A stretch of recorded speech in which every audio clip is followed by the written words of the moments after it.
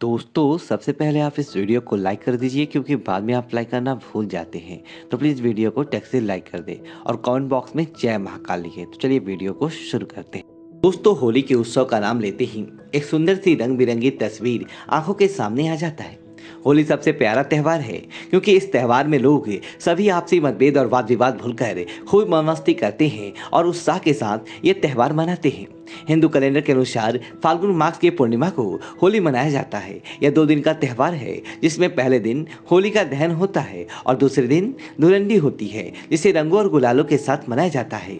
लोग एक दूसरे को गुलाल के साथ होली के राग मिलाते हैं। होलिका दहन में सभी तरह के बुराइयों को होली की अग्नि में भस्म करने की प्रथा है। इस राग के अनेक फायदे भी हैं। पुराणों में होली के अध्ययन से संबंधित कई कथाएं हैं जिसमें से प्रहलाद की कथा विशेष रूप से प्रसिद्ध है। इस कथा के अनुसार हिरण्यकश्यप नामक असुर का पुत्र प्रहलाद भगवान का विष्णु परम भक्त था।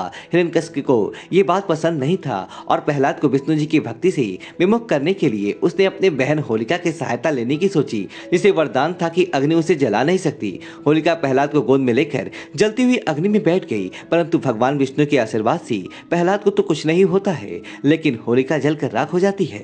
इसके अनुसार बच्चों को परेशान करने वाली तथा भगवान श्री कृष्ण का वध करने के वाली पूतना जैसी राक्षसों का भी अग्नि में दहन करने की भी कई कथाएं प्रचलित है। अतः मूल रूप से बुराई पर अच्छाई की जीत, यही इस त्यौहार की व्याख्या और संदेश है। दोस्तों, होलिका दहन के दिन रेडी के पैर की टहनी को होलिका दहन वाले स्थान पर गाड़ देते हैं और लकड़ियां, गोबर के कंडे, घास फूस इत्यादि का ढेर बनाकर उसे जलाया जाता है। लोग इस अग्नि के चारों ओर प्रदर्शना करते हैं और पूजा करते हैं। अग्नि में अन्य पूजन सामग्रियों के साथ विशेष रूप से नारियल का उपयोग किया जाता है। हल्दी, कुमकुम और चावल से होली का पूजन होता है। होली के चारों ओर रंगोली निकाली जाती है। भोग में विशेष रूप से मीठी रोटी चढ़ाई जाती है तथा प्रतीकात्मक रूप से होली के साग में सभी बुराइयों का दहन किया जाता है।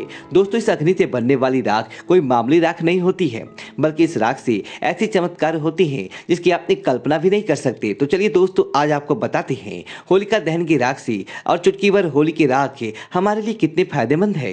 होलिका की राख को यज्ञ की राख के समान ही पवित्र और चमत्कारी माना जाता है।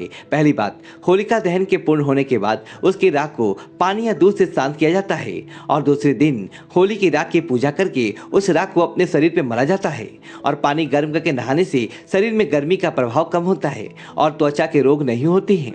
दूसरी बात, होलिका दहन की राख को घर के मुख्य द्वार पर चारों कोनों में थोड़ा थोड़ा छिड़क दें। इससे बुरी और नकारात्मक शक्तियों का घर में प्रवेश नहीं हो पाएगा। तीसरी बात, घर के अंदर भी जगह जगह पर इस चमत्कारी राख की छोटी छोटी पोटियां बनाकर रख दे। घर में हमेशा ही सकारात्मकता और वातावरण रहता है।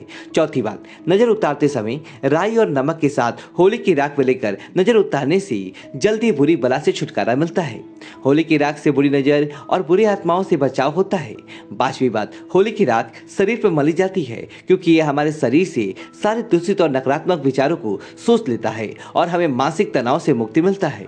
छठी बात, दोस्तों, घर में पैसे रखने के किसी भी स्थान पर जैसे तिजोरी, अलमारी या कपाट इत्यादि के पास एक लाल रंग के कपड़े में होली की राख को बांध के रखने से धन में बरकत आता है और घर में सुख समृद्धि आता है। साथ ही अपने वॉलेट और पर्स में भी होली की राख को छोटी सी पुड़िया बनाकर रख ले।